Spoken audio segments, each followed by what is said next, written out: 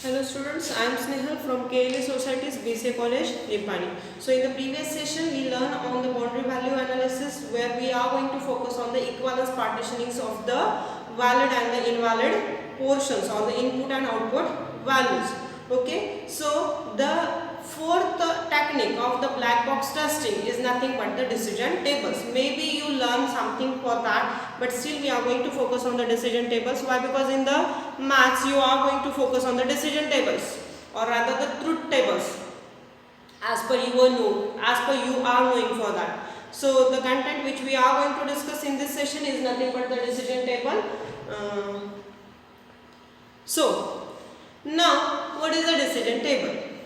A decision table is a very good way to deal with the different combinations of input with their associated outputs. It is a very good way to deal with the different number of or the different combinations of input with their associated outputs, and also we are going to call as a cause effect table or the cause effect table. So what is the decision table? Decision table means what? It is a combination of different inputs over there, and according to that we need to consider the associated output for that also. What we need to consider over here? We need to consider the associated output. So a decision table is a very useful technique which we are going to consider in a black box testing, where we are going to form the combinations of a number of inputs. It says that a single program or the single applications may have a different number of inputs they may going to consider. So according to that, the combinations of inputs with associated their outputs will be get considered to check any application or any software program associated with the requirement analysis phase of the SRS as per the customer specification. We need to consider over here. So that is the decision table. Now in this reason we can say that, okay, why there is a reason to call it as a cause effect table. What is the reason? Now reason behind to call the cause effect table, it is an associated with the logical diagramming techniques, where what they are having a logical diagramming techniques. For that purpose we are going to call it as a cause effect, okay, or the cause effect graphing.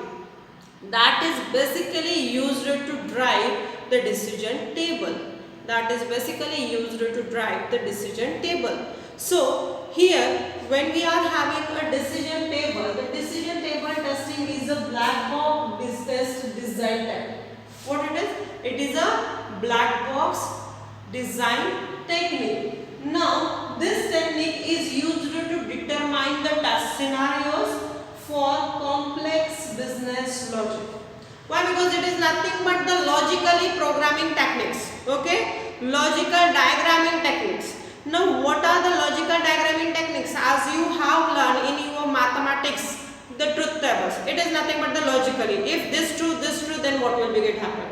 If this true, this false, then what will be get happen? Suppose if any single application is requiring a two input numbers, if first is true, second is true, then what will be get happen? If first is true, second is false, then what will be get happen? Or if both are false, then what will be get happen? We need to decide it. So that is nothing but the decision table, and which should be get used to develop a test cases. So a decision table is a very good way to deal with the combinations of inputs with their associated output, and also it is called as a cause effect table. Now why or what is the reason behind it to call it as a cause effect table? See, the reason to call a cause effect table, it is nothing but it is associated with the logical diagramming techniques called as a, what we are going to call it as a cause effect graphing, and that is basically used to drive the decision table. So this decision table testing, okay, is a black box design techniques which is used to determine the test cases for the complex business logic. We are going to say that. So in the decision table, if we are using the decision tables, Now these decision tables are very much helpful in the test designing techniques. Okay, now it helps for the tester. Okay, it is very helpful technique. Now why? It helps for the tester to search for the effects of the combinations of the different inputs and the other software states that must correctly implement the business rule. Why? Because it is generally focusing on what? It is focusing on the business rules, complex business logic, where we are going to consider that such a type of techniques are very useful or very helpful for the tester to search for the effect of the combinations of the different inputs. We need to find out. See, if we are passing the inputs which may be having a different types of values, when they are having the different types of values, we can't predict that which type of output is coming from them. Okay, so to betterly understand it, we need to consider that if the user is trying to enter such a type of values in that particular field or for that particular cases, then what will be get happen. Now for example, consider that if I am again repeating that same example. See, if we want to divide any two numbers, suppose A divided by B.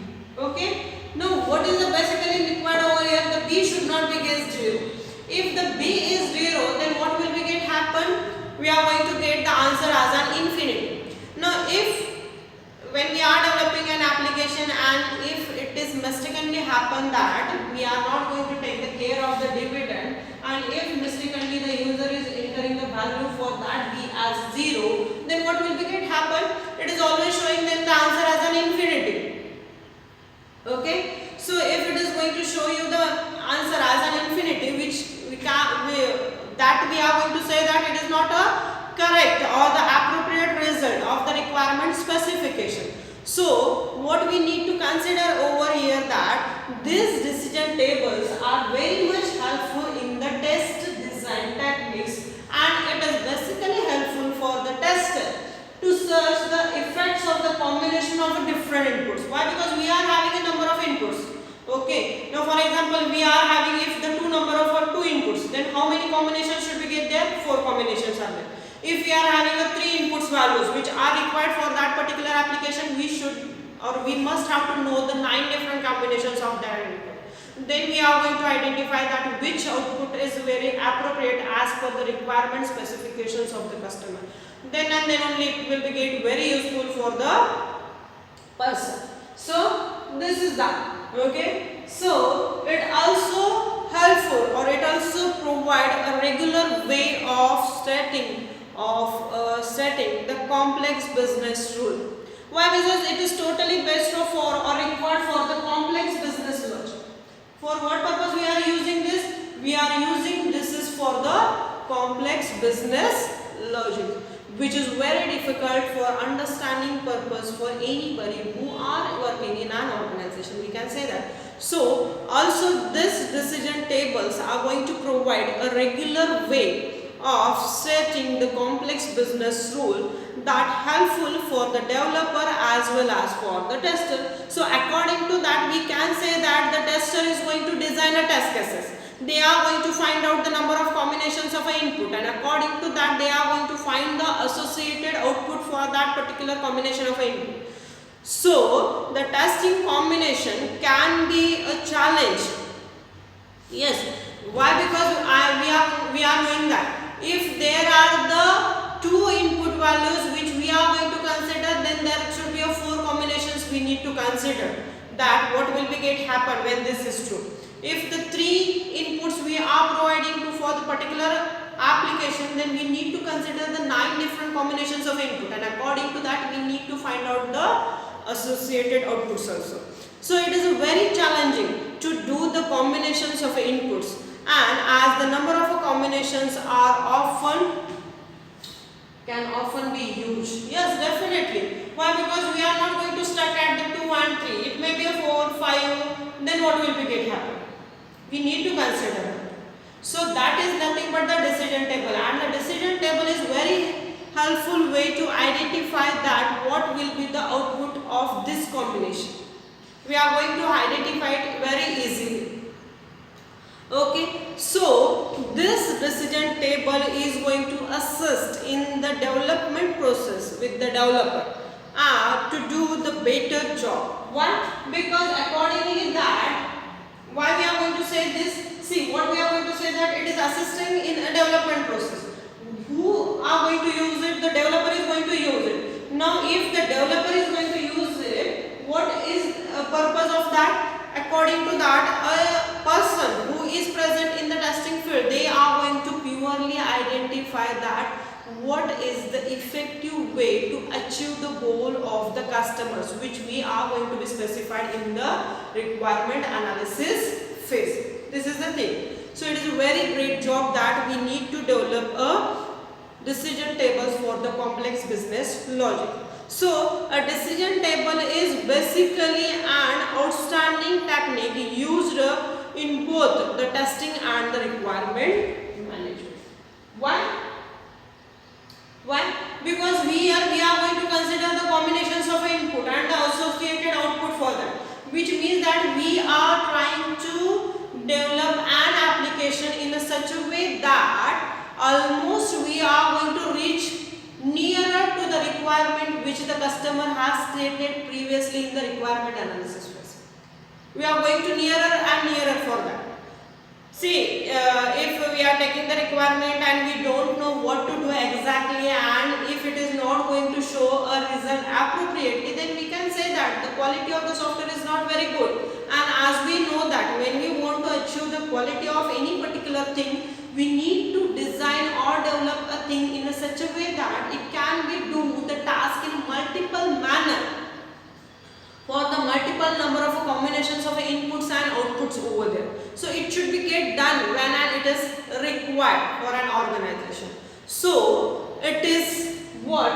It is a structured exercise to prepare the requirement. What it is? It is a structured exercise to prepare the requirements when dealing with the complex business rule, which is very basically required. Why? Because we are going to create a decision table over here.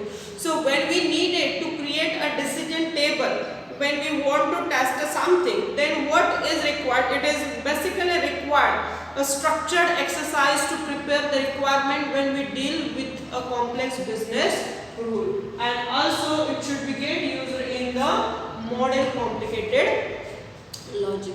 So that is the decision table actually we need to consider. Why? Because when we are going to deal with the decision tables, it is focusing on the combinations of an input. Where it is focusing on? It is focusing on the combinations of a input. And if they are going to focus on the combinations of input, then we can say that the number of ways, the number of alternatives an user is going to or trying to use it by mistakenly, or if they want to do, then they are going to do. So if they are entering such a type of values, the output should be like this. We are going to define it previously, and it should be get considered when the complicated business logics are there. And to understand that complicated business logic, we must focus on the first phase of the software development life cycle. And that phase of the software development life cycle is nothing but the requirement analysis phase. So when we are collecting the requirements from the customer, we have to take care very clearly that what the requirement is stated by the customer, and according to that we need to structurally exercise it. Why it is required? Because what they want, how they want, when they want, and where they want. These are the very WH questions we need to focus when we are developing any application or any software or any program. Why? Because when we are going to analyze that requirements, according to that we are going to generate the design, and according to that we can say that the different combinations of inputs and outputs associated we are going to consider for that particular requirement, and then only we are going to fulfill the things of the customers and the business rules also we are going to satisfy. So that is the decision table. So for better understanding of the decision table, again we are going to discuss the example associated with the decision table in the next session. Okay.